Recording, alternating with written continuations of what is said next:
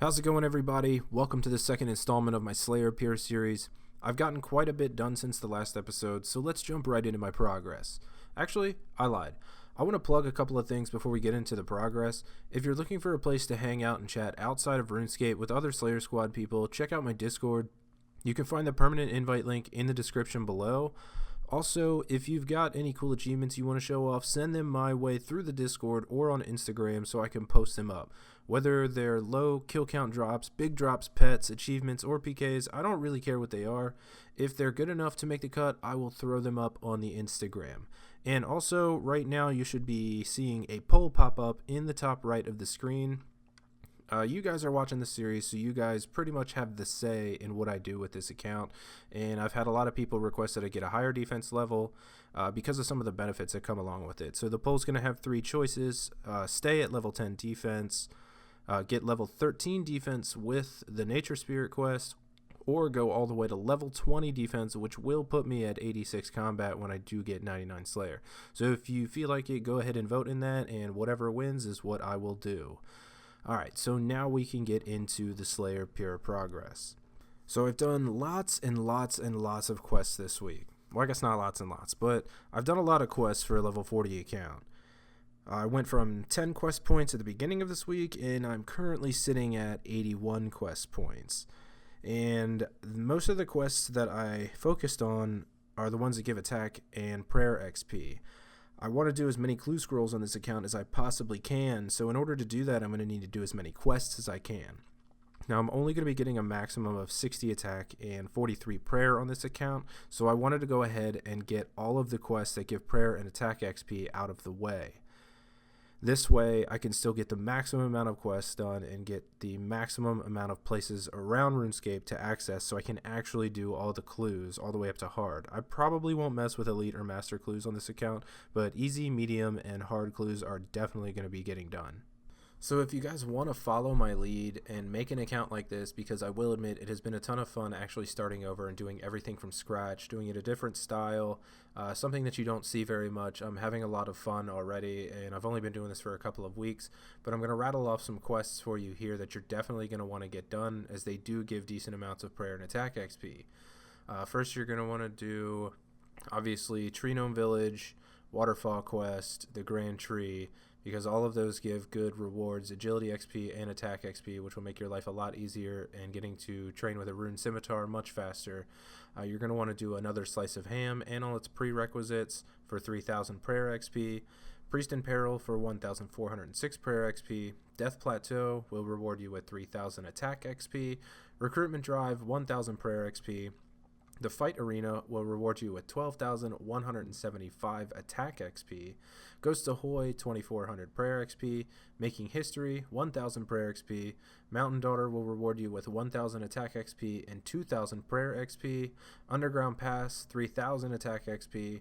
Rag and Bone Man, 500 prayer XP. Spirits of the Elid, 8,000 prayer XP. And Tai Boil Wanai Trio will give you 2,500 attack XP. Doing all of these quests will reward you with somewhere in the neighborhood of 20,000 prayer experience, which you won't have to alter bones or buy bones for, so it makes it a little cheaper. And they will reward you with somewhere in the area of around 50,000 attack XP, which will put you well over level 40. So without any training at all, you can automatically use the rune scimitar instead of going through iron, mithril, adamant, then rune, etc., etc. Now, I actually went through and made myself a list earlier this week of all of the quests that I can possibly do on this account while keeping it at level 10 defense. But if the poll passes, obviously I'll go for 13 or 20, which I'm personally hoping for 20 so I can use Initiate. It would only boost my combat to 86, which isn't bad. That's still pretty impressive for an account with 99 Slayer. So I started out with 10 quest points at the beginning of the week, and I am now sitting at 81 quest points. And if any of you guys want to see the list of all the quests that you'll be able to do without passing level 10 defense, I will leave the list in the description below. Obviously, if you want to create a level 1 defense account, just leave out the quests that give defense XP and you'll be fine. You can still do all of the other ones.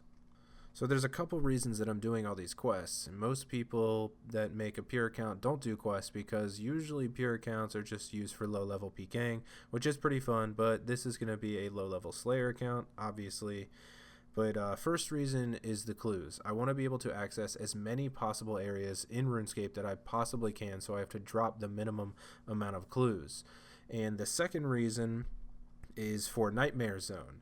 Eventually, I'm going to want to get all of my rings imbued, my Slayer helmet imbued, and without good quest monsters, the points are going to be crap, and it's going to take me absolutely forever. So obviously, the better quest monsters you have in Nightmare Zone, the more Nightmare Zone points you're going to get, and it's going to be even faster. So I want to take that painful experience away, because I hate Nightmare Zone. I don't care for it, and I'd rather do it as fast as I possibly can and get the hell out of there. So there are a couple quests on the list that actually do give defense XP, so if you're trying to stay at level 1, you're definitely going to want to avoid them. One being a Soul's Bane, which gives 500 defense XP, and the other one is the Observatory quest, which will give a random 875 experience in attack, defense, hit points, or strength. So you could have a 25% chance to entirely screw your account up, so definitely avoid that one as well. Unless you're going to level 10 defense, then you can do that quest. If you're going to level 13, you don't want to do that quest because you'll be doing Nature Spirit, which automatically boosts you to 13 defense. But if you're going to do an Initiate Pure, you will be fine. You can do a Soul's Bane, Nature Spirit, and the Observatory quest and still be under level 20 defense.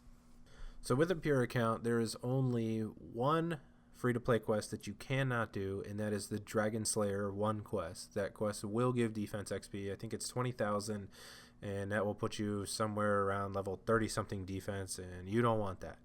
But I am going to be starting that quest, and there's only one reason. I'm going to start the quest and do the quest all the way up to the point where I can get to the Crandor place, because there is one hard treasure trail that you do have to have access for Crandor for. If I don't finish the quest, that's perfectly fine. I won't get the defense XP, but I do need to do it up to that point so I can access the island. I can't stand dropping clues, and that one would really make me mad because it only takes about 15 minutes to get up to that point in the quest. So I will be doing it up to that point. Alright, so now I am finally done with rambling about quests and different quests that pure accounts can do. So now we can get into the actual progress that I've made with this account this week, aside from the quests.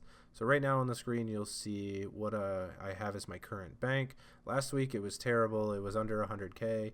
I've made a lot of progress with making some money. If you'll remember from the last episode, this account will not be receiving any help from my main whatsoever. No cash, no nothing, except for altering the bones.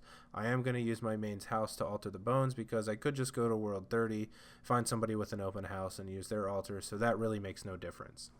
But as far as in the bank, you can see now I have a little bit of a cash stack that I'm working on building up.